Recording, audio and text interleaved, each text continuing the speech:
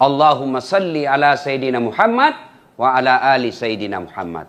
Ibu bapak, saudara-saudara sekalian, teristimewa yang saya hormati, yang saya cintai, kakanda saya, Bapak Haji Halim beserta istri dan keluarga besar yang insya Allah dimuliakan dan dirahmati oleh Allah Subhanahu wa Ta'ala. Ini nasihat buat calon pengantin, pengantin baru, baik yang baru akad nikah besok maupun yang baru dua anaknya. Semua ini kita pengantin baru, ya. Satu, Adinda siapa tadi namanya saya lupa. Fania. Adinda Fania, satu, percayalah tidak ada rumah tangga yang tidak ada masalahnya. Itu dulu. Bohong ini kalau dia bilang tidak ada masalahnya dalam rumah tangganya. Bohong. Mana ada rumah tangga tidak ada masalahnya? Ustadz, banyak juga masalahnya itu Ustadz. Apa masalahnya? Banyak janda-janda pura-pura curhat. Ustadz, saya ada masalah Ustadz. Mohon bimbingan, saya cari imam. Semua ada masalah.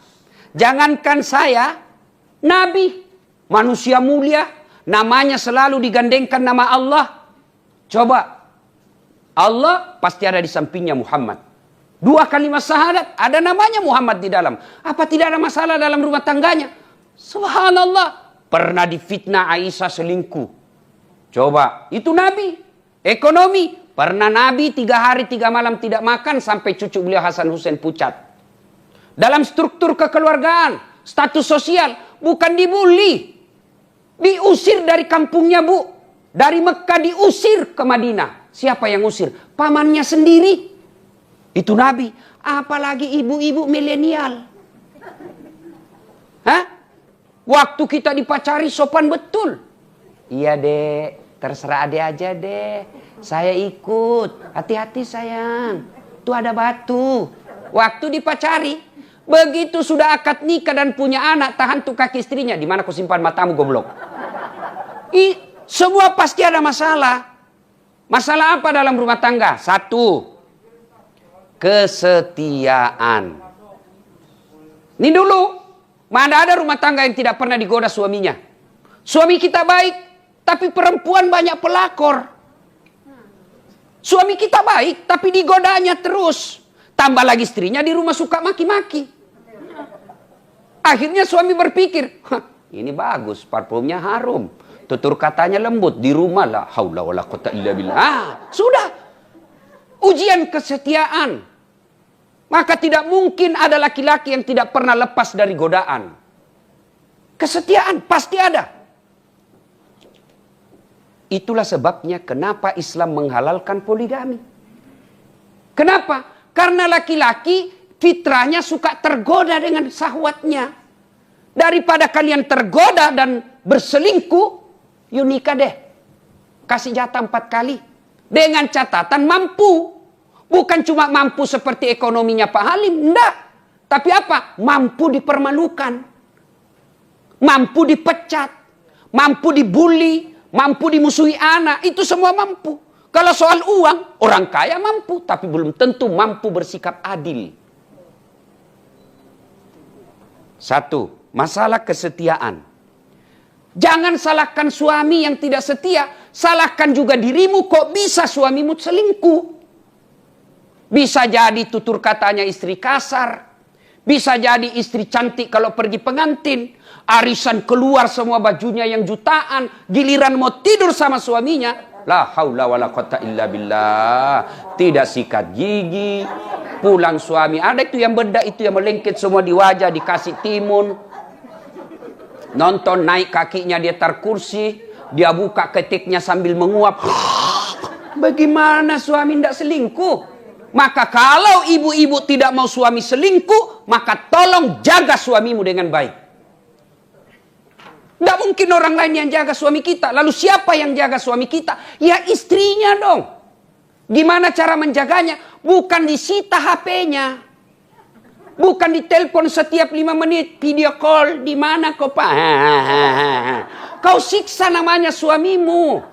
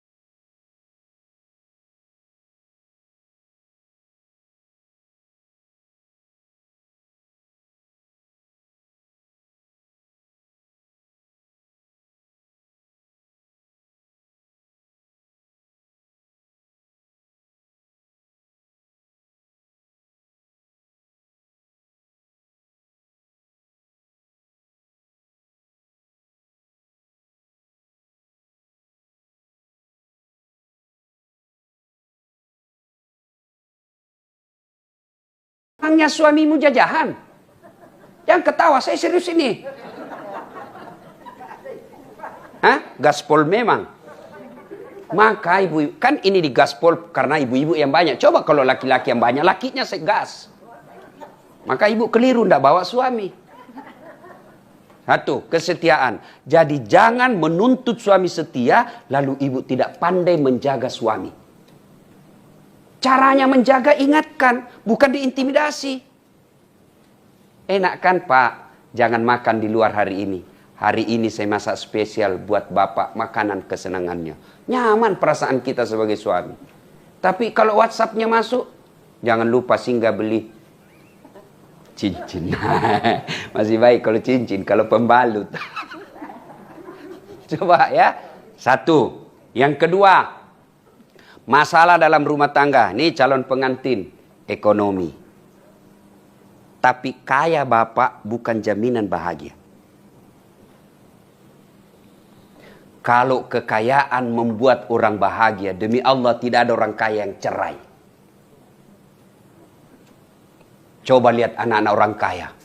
Mewah ketika pengantin. Baru 2-3 tahun cerai. Menunjukkan ekonomi bukan faktor utama membuat rumah tangga bahagia.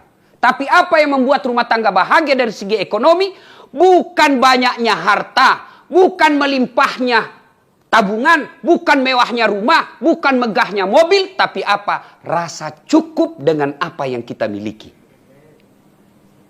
Ada orang gajinya cuma 3 juta per bulan, tapi tidak pernah bertengkar dengan suaminya. Kenapa? Karena istrinya selalu merasa cukup. Bersyukur. Nah, ibu-ibu kan biasa. Yang membuat dia miskin bukan karena rezekinya tak ada. Tidak mungkin Allah tidak memberikan satu rumah tangga rezeki. Tidak mungkin. Allah itu bukan maha penganiaya. Allah itu maha kaya dan maha pemberi. Lalu kenapa ada orang bermasalah ekonomi rumah tangganya? Bukan karena tidak ada rezekinya, tapi karena dia tidak mensyukuri apa yang Allah berikan. Contoh, kalau gajimu 5 juta, gaji suamimu 5 juta, you hidup deh gaya hidupmu 4 juta. Supaya ada lebihnya. Tapi ibu-ibu modern sekarang, terutama yang tinggal di kota-kota seperti Jakarta ini, gaji suaminya 5 juta, gaya hidupnya 7 juta. Tidak pernah cukup. Kalau gajinya suamimu cuma 5 juta, you tidak usah pakai handphone yang 4 kameranya. Jangan ketawa, saya serius ini bu. Untuk apa 4 kamera? Kan overdosis. Cuma satu yang kau mau pakai. Contoh yang membuat kita miskin. Contoh, gajinya suami cuma 5 juta. Datanglah istrinya, bang, belikanlah saya tas. Karena kita ini merasa cinta kepada istri, oke dek, belilah, ndak apa-apa. Oke, selesai masalah tas. Begitu selesai masalah tas, selesai di situ, tidak muncul masalah baru. Apa masalah baru? Masa tasku ndak connect dengan jilbab? Masa warnanya beda tas dengan jilbab? Beli lagi jilbab. Sudah salah. Sudah beli jilbab? Nggak matching dong, masa mereknya beda dengan sepatu? Beli lagi sepatu, padahal awalnya masalah tas. Iya toh? Itu dari segi aksesoris. Apalagi dari kebutuhan kecantikan diri. Saya baca iklan, la haula wala quwata illa billah. Untung istriku tidak gitu. Saya bilang mati saya kalau istri saya begini. Coba ibu-ibu sekarang, lain sabunnya untuk muka, lain sabunnya untuk ketek, lain sabunnya untuk paha. La haula wala quwata illa billah. Saya ini bu, sabun cuci yang colek pun jadi untuk ketek saya. Selesai, yang penting ada busanya. Ini yang disebut gaya hidup melebihi penghasilan. Gaji suaminya 7 juta per bulan, mau juga gunting kuku di salon. Padahal umurnya sudah 50, pret. Saya kan lewat di Makassar, Bu. Saya lihat itu ada salon, ada gambar jari. Saya tanyalah supirku, apa itu maksudnya, Dek? Dia bilang, ini Ustaz, tempatku gunting kuku. Apalagi namanya itu, Bu? Nah, dia tahu semua ini. Coba. Saya tanya, berapa itu satu kuku? Dia bilang, itu Ustaz, satu kuku 20.000. Berarti kalau 20 kaki, 20 jari, berarti 200.000. Gunting kuku 200.000. Apa ndak takabur? Saya gunting kuku, Bu, praktis. Selesai. Jangan ketawa, saya serius. Oke lah kalau ibu Haja, ibu Nyonya Pak Halim kaya. Boleh ibu gunting kuku di salon, pakai sabun segala macam jenis, boleh. Tapi jangan lupa kalau tidak bersedekah, ibu rugi namanya. Satu. Jadi ekonomi, solusinya bukan banyaknya, tapi syukurnya. Ya? Istri saya bilang begini. Kan saya bilang gini, Bu. Ngapain kau pusing? Soal duit kau tidak bawa mati. Tapi dia bilang apa? Iya, duit tidak dibawa mati. Tapi kalau tidak ada duit, rasanya mau mati. Saya bilang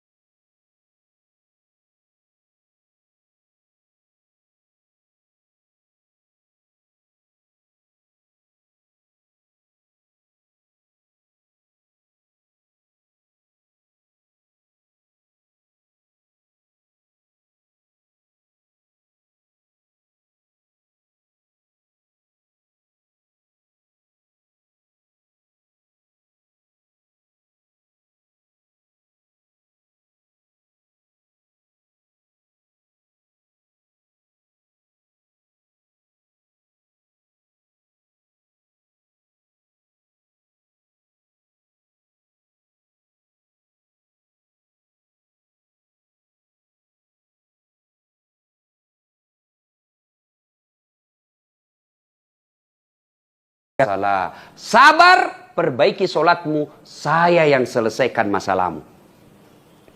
Ini ayatnya. Lalu apa aplikasinya? Apa prakteknya? Satu, begitu ada masalahmu, yang pertama kau lakukan, sempurnakan solat. Kenapa solat, Ustadz? Karena solatlah segala-galanya. Saya berdoa, doamu tidak diijabah kalau kau tidak solat. Saya sedekah, sedekahmu tidak sampai kalau kau tidak solat. Saya bangun bantu anak fakir miskin. Saya bangun pesantren. Saya dirikan masjid di kampungku. Kalau kau tidak solat, semua itu tertolak. Berarti yang pertama ada masalah, perbaiki solat. Mohon maaf, mohon maaf, mohon maaf. Biasanya kita perempuan banyak tidak solat kalau ada pengantin. Coba kita praktekkan besok ya. Hari apakah akad nikahnya nih? Sabtu toh? Coba itu banyak ibu-ibu tidak sholat itu hari Sabtu. Pestanya jam 12. Mulai ke salon jam 10. Ya kan? Oh, jilbab dipakai, jilbab sakaratil maut. Yang 3 lapis itu, Bu. Kuning, kiri, abu-abu. Ada juga kayak pohon-pohon di belakangnya itu biasa. Ya kan? Saya biasa bilang, bagaimana caranya pakai jilbab ini, Bu? Nih, saya ini keliling-keliling ceramah, Bu.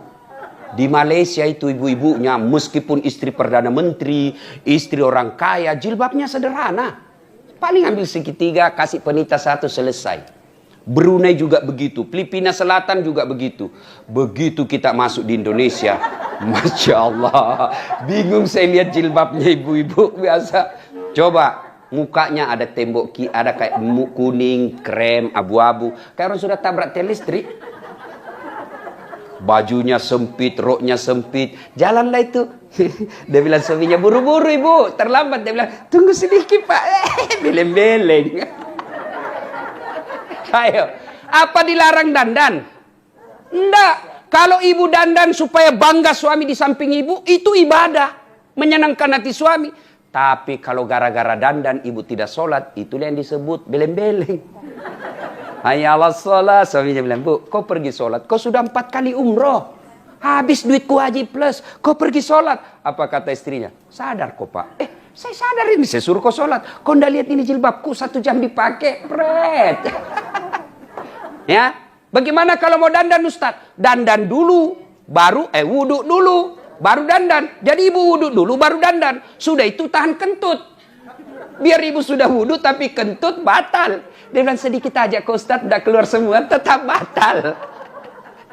Ya, nah, adindaku, calon pengantin, begitu ada masalah besok, sudah deh, langsung sholat. Perbaiki sholat. Jangan ada masalah, curhat. 2, ada masalah, doa kepada Allah. Hidayah bukan dari bapak. Hidayah bukan dari bunda. Hidayah bukan dari ustadz. Tapi siapa yang membawa hidayah? Allah subhanahu wa ta'ala. Maka berdoa. Alhamdulillah saya berdoa ustadz. Tapi doanya bukan dalam sholat. Di mana dia berdoa? Status. Tak kusangka kau begitu. Kesepian banget. Sibuknya itu Tuhan mau baca statusmu. Ya Allah lindungilah suamiku. Pret. Berdoa dalam sholat. Doa itu tidak harus bahasa Arab. Doa mau pakai bahasa Padang boleh. Bahasa Sunda silahkan. Bahasa Bugis boleh. Bahasa Jawa boleh. Bahasa Prancis pun boleh. Kalau ibu tahu. Bahkan boleh pakai bahasa isyarat. Sudah boleh. Allah tahu. Daripada ibu bahasa Arab tidak tahu artinya. Kan bingung malaikat. Apa maksudnya ini ibu? Dia mau doakan suaminya setia. Tapi doa dia baca doa minta hujan. Kan bingung malaikat. Iya. Maka berdoa silahkan curhat. Tapi bukan di Facebook. Bukan di Twitter. Bukan di Instagram. Tapi doa sepertiga di akhir malam. Kalau tidak bisa sepertiga di malam. Selesai sholat maghrib nunggu isya. Curhatlah di situ. Ya Allah. Tak kusangka suamiku seperti ini. Tapi inilah jodohku yang kau berikan. Tidak mungkin saya menikah tanpa restumu ya Allah. Karena engkau yang menentukan jodohku. Tapi ya Allah. Tidak mungkin saya bisa mengawasinya. Engkau yang maha mengawasi. Lindungi dan pelihara suamiku dari wanita-wanita jahat. Buat dia pusing kepalanya kalau dia tidak lihat saya 1 jam. Dikabulkan. Ya? Bagaimana Pak Halim? Masih akal ini. Ibu-ibu tidak usah jaga suami. Biar ibu jaga, suami lebih tahu. Ibu periksa HP-nya. 2 HP-nya bu. Apalagi kalau orang kaya. Sudahlah, lebih minta kepada Allah. Caranya dalam doa. Jadi besok dek kalau ada masalah selesai pengantin, jangan curhat sama orang. Curhat sama orang pasti dia cerita. Saudara belum tentu baik. Saudara kita ketika situasi psikologisnya baik, dia akan baik. Tapi kalau dia dihasut, datang dengki, datang istrinya yang cemburu, maka dia kasih kita pertimbangan yang keliru. Masa begitu sih Ustaz? Tidak mungkin dia jahat sama saya. Dia kan saudaraku. Siapa yang dorong Nabi Yusuf masuk sumur? Ayo, saudaranya. Itu pelajaran buat kita. Jangan kau curhat sama saudaramu. Nah, masa sih begitu Ustaz? Dia kan masih saudara paman saya. Itu paman saya, saudara bapak saya. Siapa Abu Lahab? Siapa Abu Lahab? Pamannya Nabi, saudara bapaknya Nabi. Lebih baik begitu ada masalah. Curhat dalam doa. Tapi demi Allah, doamu tidak dijabah kalau kau tidak sholat. Ya? Nah, yang kedua, begitu ada masalah, sabar. Sabar. Apa itu sabar Ustaz? Apakah sabar itu kita lihat suami kita bawa perempuan masuk rumah? Saya sabar. Bukan sabar itu beleng-beleng. Lalu apa itu sabar? Alladzi isa asabatum musibah qalu inna lillahi wa inna ilaihi raji'un. Tiba-tiba kita dengar suami kita bicara kasar. Sudahlah, ucapkan saja di depannya. Inna lillahi wa inna ilaihi raji'un. Saya tidak mati. Kamu tidak mati secara fisik. Tapi mati sudah orang yang kukenal sebelum saya nikah. Itu. Maksudnya apa? Kok bisa begitu ya bang? Dulu waktu kau belum nikah saya baik betul. Maka saya ucapkan innalillah. Karena orang yang saya temukan sebelum menikah ternyata hilang. Sifatnya, fisiknya masih ada. Hah? Satu ya, yang berikutnya. Sabar. Yang berikutnya, cara menghadapi masalah. Birrul walidain. Benar sekali Bunda. Ibu Halim tadi katakan. Ridallah fi ridal walidain. suktillah fi suktil walidain. Dengarin ibu-ibu, dengarin ini. Ibu pernah kan ucapkan begini, pilih mamamu atau saya istrimu. Mamamu atau istrimu. Pernah ibu bilang gitu toh? Pernah? Pencitraan lagi nih ibu-ibu. Ya kan kita ini suami sering sekali bilang gitu. Kau pilih mamamu atau saya istrimu, pret. Mana bisa dipilih itu? Dengarin ibu. Tidak mungkin suami pilih istri dengan ibunya. Sama-sama penting. Tolong jawab dengan jujur ibu. Tolong jawab dengan jujur. Siapa yang mengandung suami? Siapa? Siapa? Ibunya. Siapa yang lahirkan? Ibunya. Siapa yang ngajari halal haram? Ibunya. Siapa yang suapi ketika kecil belajar makan? Siapa? Ibunya. Siapa yang ngajari jalan? Ibunya. Siapa yang dibelikan rumah? Suamimu. Istrinya. Ayo. Nah, siapa? Siapa yang terima gajinya suami tiap bulan? Penghasilan suami siapa?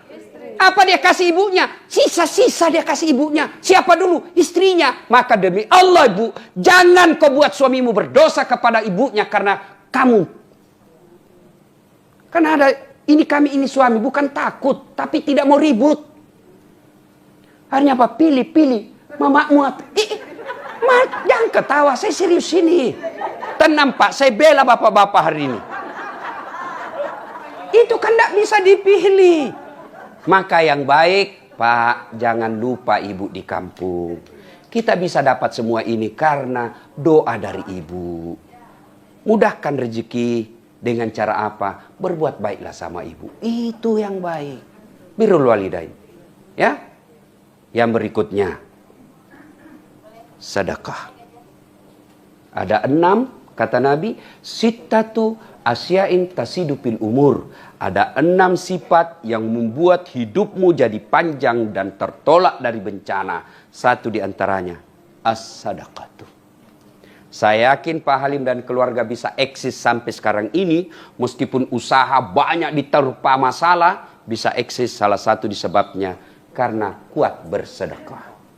Ibu-ibu, kalau anaknya mau terhindar dari narkoba, suaminya mau terhindar dari wanita jahat, sedekahlah. Gimana caranya? Niatkan. Bawa duit hari Jumat misalnya besok pagi. Bawa duit 5 juta. Cari orang miskin. Tidak mesti kita kenal. Lagi keliling kita. Kasih tahu yang driver ini kan ibu-ibu orang kaya semua ini. Saya bisa tahu karena casingnya kan beda orang miskin bu. Iya kan? Maka bawa itu. Sambil kasih tahu, Mas, kita keliling Jakarta deh. Begitu cari orang miskin. Dapat. Nih. Doakan saya terhindar dari segala bencana. Begitu Pak Kirmis katakan amin, itu doa sudah. Ibu malam sholat tahajud, bawa duit. Ya Allah, ini ada duit 5 juta. Saya tolak bala, mudah-mudahan suami saya terhindar dari segala macam musibah. Bismillah. Sedekah. Dan demi Allah, tidak ada orang bangkrut gara-gara rajin sedekah. Ibu-ibu rajin sedekah. Cuma nanti mau kadaluarsa. Panggil anaknya, nak, kasih itu tetangga di sebelah daripada basi. Sedekahlah. Ya, sedekahlah. Ibu-ibu, kalau bu, ini kan banyak semua selek berliannya. Emasnya ya bu, tebal-tebal semua ibu. Ya, ibu-ibu, kalau meninggal siapa yang pakai itu emas ibu? Berlian. Hah? Bukan, istri kedua. Ibu sudah mati, suami pasti kawin lagi. Dia buka lah itu cincinnya ibu dari jari. Maafkan saya. Dia buka lah gelangnya ibu. Ini waktu saya pengganti hadiah ulang tahun. Hadiah ulang tahun saya yang ke-30 ini ibu. Dia buka. 3 bulan kemudian dia gembira. Dia kasihlah istrinya yang baru. Bu, ini waktu hadiah ulang tahun 30 tahun saya menikah dulu. Karena ibu sudah wafat, ini untuk kamu. Maka sebelum itu terjadi, Bu. Sedekah. Sedekah. Nah, ibu bapak, saudara-saudara sekalian, pada akhirnya ilmu yang saya sampaikan ini tidak ada faedah kalau kita tidak amalkan. Supaya ibu bisa ulang-ulang lagi, karena bisa dilupa lagi kalau usia 50 tahun ke atas. Kan susah. Yang susah dilupa itu kesalahan suami. Itu lalu diingat. Tapi kalau dakwah seperti ini sampai di rumah sudah mulai dilupa. Bagaimana caranya supaya diingat kembali? Nonton saja nanti di YouTube saya. Ada di YouTube saya nanti, gambarnya bagus, suaranya jernih. Carilah channel Das'at Latif. Sudah itu jangan lupa like and share. Itu kan? Kalau ada iklannya jangan di skip. Nontonlah sedikit. Karena kalau ibu tidak nonton iklan, ibu hanya dapat ilmu, saya tidak dapat apa-apa. Dan alhamdulillah ibu, kalau ibu nonton dan nonton iklannya sedikit, bukan untuk saya.